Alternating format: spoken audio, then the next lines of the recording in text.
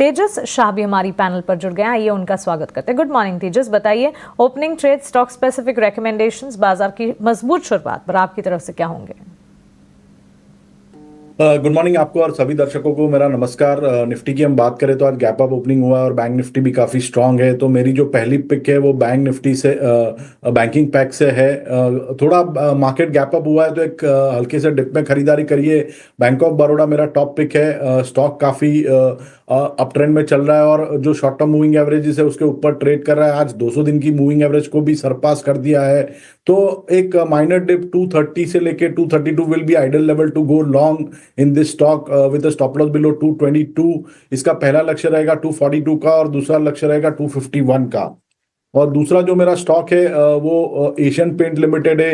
ये स्टॉक में भी हमने देखा कि एक अच्छा खासा बेस बन गया है और जो फॉलिंग क्रूड प्राइसेस है उसके चलते मुझे लग रहा है पेंट कंपनीज को काफी बेनिफिट होगा। ये स्टॉक में ऑलरेडी ब्रेकआउट आ चुका है। फ्राइडे के सत्र में हल्की सी मुनाफा वसूली आई थी, बट आज के सत्र में स्टॉक ने गैप अप ओपनिंग दिया है। स्टॉक एक राइजिंग चैनल में भी ट्रेड कर रहा है, तो एक हल्की सी गिरावट में ये स्टॉक में भी खरीदारी करिए। इसमें स्टॉप लॉस थोड़ा डीप लगाना पड़ेगा क्योंकि आज गैप अप हुआ है। इसके लिए इसमें जो स्टॉप लॉस बैठ रहा है वो करीबन बैठ रहा है 2335 का और इसमें जो लक्ष्य रहेगा वो रहेगा 2520 का। एशियन पेंट्स रेडार पर 2450, उसके बाद 2520 तक के लक्ष्य भी देखे जा सकते हैं। बैंक्स फाइनेंशियल्स जिसका जिक्र बाजार खुलने से ठीक पहले हमने किया था, आपको बताया था कि इस खेमे पर नजर होनी चाहिए। हमारे टेक्निकल एक्सपर्ट तेजस शाह के रेडार पर भी बैंक्स एंड फाइनेंशियल से जुड़े हुए काउंटर्स बैंक ऑफ बड़ौदा 251 तक के लेवल्स मानकर चल रहे हैं। IREDA, Indian renewable energy development agency limited company के नतीजे आने वाले हैं और तेजस जी आपसे राय जानना चाहेंगे। नतीजों से ठीक पहले मजबूत बाजार में स्टॉक में भी मोमेंटम कायम है, 4.5% की तेजी, 160 के लेवल्स। देखिए, इडा की हम बात करें तो स्टॉक ने एक अच्छा खासा बेस बना दिया है, लेकिन स्टॉक जो है एक 50 डे की मूविंग एवरेज के करीबन ट्रेड कर रहा है। 165 166 इसका एक अहम रेजिस्टेंस जोन है। मेरे हिसाब से ये लेवल एक बार ब्रेक होगा तो फ्रेश ब्रेकआउट आ सकता है स्टॉक में। इन दैट केस स्टॉक ऊपर में 177 तक भी जा सकता है। तो wait for a decisive breakout above 166। अगर ये लेवल ब्रीच होता है तो मुझे लगता है ये स्टॉक में एक फ्रेश बाइंग मोमेंटम आ सकता है। पॉइंट टेकन है। आज आपको मैं दो चीज़ें दिखाता हूँ। खैर एनी हाउ आगे बढ़ जाते हैं। आज लॉन्ग पोजीशंस जहाँ पे बन रही है, तेजस सर हमको थोड़ा गाइड करेंगे, फिर किरण सर से भी ट्रेड काफ़ी देर से मैंने लिए नहीं, वो भी उनसे भी पता करते हैं। शुरुआत चेक करते हैं। टाटा मोटर्स नहीं, बिना वॉल्यूम का शेयर आज ज़्यादा शायद और चल ना पाए। बालकृष्ण इंडस्ट्रीज दिखाइएगा जरा, BKT 2424 का है। तेजस एक बार जरा चेक करना BKT बालकृष्ण इंडस्ट्रीज। देखिए, बालकृष्ण इंडस्ट्रीज की बात करें तो स्टॉक में एक रिसेंटली पैनिक बॉटम बना था 2152 के करीबन, और उसके बाद हम लगातार स्टॉक में हायर हाई देख रहे हैं। स्टॉक जो है अभी 20 दिन की मूविंग एवरेज के करीबन ट्रेड कर रहा है, बट थोड़ा बायस माइल्डली पॉजिटिव है। मुझे लग रहा है यहाँ से 2 to 3% की अपसाइड पॉसिबल है स्टॉक में, क्योंकि स्टॉक काफी ओवरसोल्ड है। बट ये जो रैली है वो जस्ट पुल बैक रैली लग रही है, कोई मेजर रैली लग नहीं रही है। तो मेरे हिसाब से ऊपरी स्तरों पे हल्की सी मुनाफा वसूली आ सकती है। तो यहाँ से मुझे लग रहा है कि एक 50 से 75 रुपए की रैली आ सकती है स्टॉक में।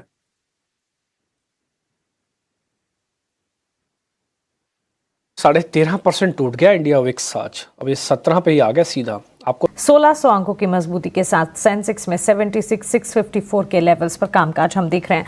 एक्सचेंज एंसिलरीज पर नजर होनी चाहिए। BSE लिमिटेड के स्टॉक को एक बार देखें, 3.5% की तेजी के साथ ये स्टॉक ट्रेड करता हुआ। कैम्स ऑलमोस्ट 2.5% की मजबूती और CDSL के चार्ट्स करीब 3.25% का इजाफा दिखाते हुए। तेजस जी, एक्सचेंज वाले स्टॉक्स में भी अच्छा खासा एक्शन है, हो भी क्यों ना। मार्केट में जिस तरह का मोमेंटम है, एक्सचेंज एंसिलरीज में भी आउट परफॉर्मेंस होनी है। BSE लिमिटेड, CDSL, कैम्स जैसे काउंटर्स पर आपकी राय?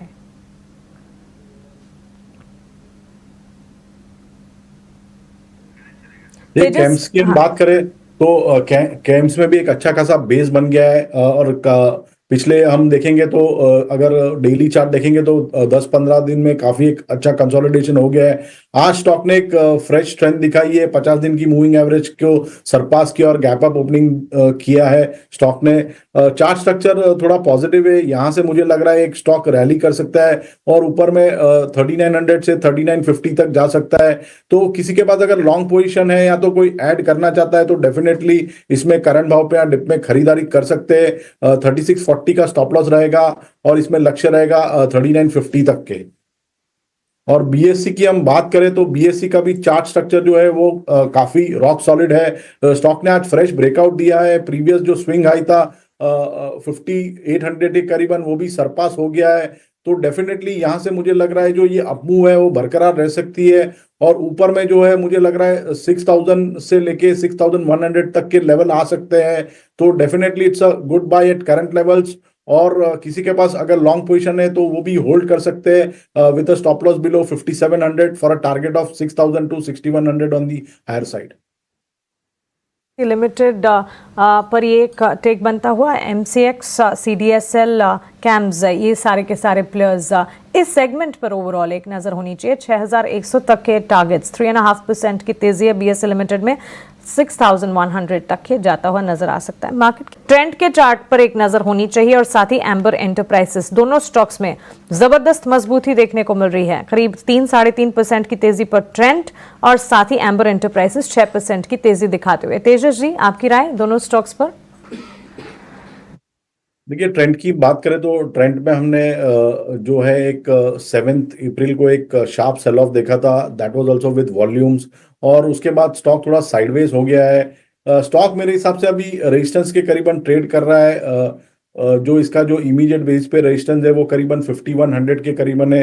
जब तक ये स्टॉक 5100 के ऊपर जाता नहीं है मुझे लग रहा है कि जो दबाव है वो बरकरार रह सकता है स्टॉक में। तो मेरे हिसाब से फॉर टाइमिंग इसको अवॉइड करना चाहिए क्योंकि स्ट्रक्चर अभी थोड़ा वीक है। और एम्बर एंटरप्राइज की हम बात करें तो इसका जो चार्ट स्ट्रक्चर है वो रिलेटिवली बेटर है। Stock higher top higher bottom बना रहा है और जो है इसकी जो शॉर्ट टर्म मूविंग एवरेजेस है उसके ऊपर भी सस्टेन कर रहा है। और एक आज गैप अप भी ओपनिंग हुआ है ये स्टॉक में, तो मुझे लग रहा है ये जो स्ट्रेंथ है स्टॉक में वो बरकरार रह सकती है। तो किसी के पास अगर लॉन्ग पोजीशन है तो इसमें बने रह सकते हैं स्टॉक में विद स्टॉप लॉस बिलो 6700। ऊपर में मुझे लग रहा है इमीडिएट बेसिस पे ये स्टॉक 7200 तक भी जा सकता है। ट्राई हो गई ट्रेंड एंड एम्बर एंटरप्राइजेस, और इनफैक्ट जहां हम सीजनलिटी फैक्टर की ही बात कर रहे हैं, पावर स्टॉक्स, वाइट गुड्स से जुड़े हुए प्लेयर्स और साथ ही धीरे धीरे अब slowly and eventually agri related और फर्टिलाइजर रिलेटेड काउंटर्स पर भी नजर होनी चाहिए क्योंकि गर्मियों के ठीक बाद मॉनसून आएगा। और मॉनसून की अगर बात करें, वेदर डिपार्टमेंट के अब अनुमान आना भी शुरू हो चुके हैं। सामान्य मॉनसून के इस वक्त तो अनुमान आ रहे हैं। तेजस जी, जिस तरह की गर्मियां पड़ रही हैं हो सकता है कि समय से पहले मॉनसून दस्तक दे। फर्टिलाइजर साथ ही एग्री रिलेटेड काउंटर्स पर कोई टेक बनता है आपकी तरफ से?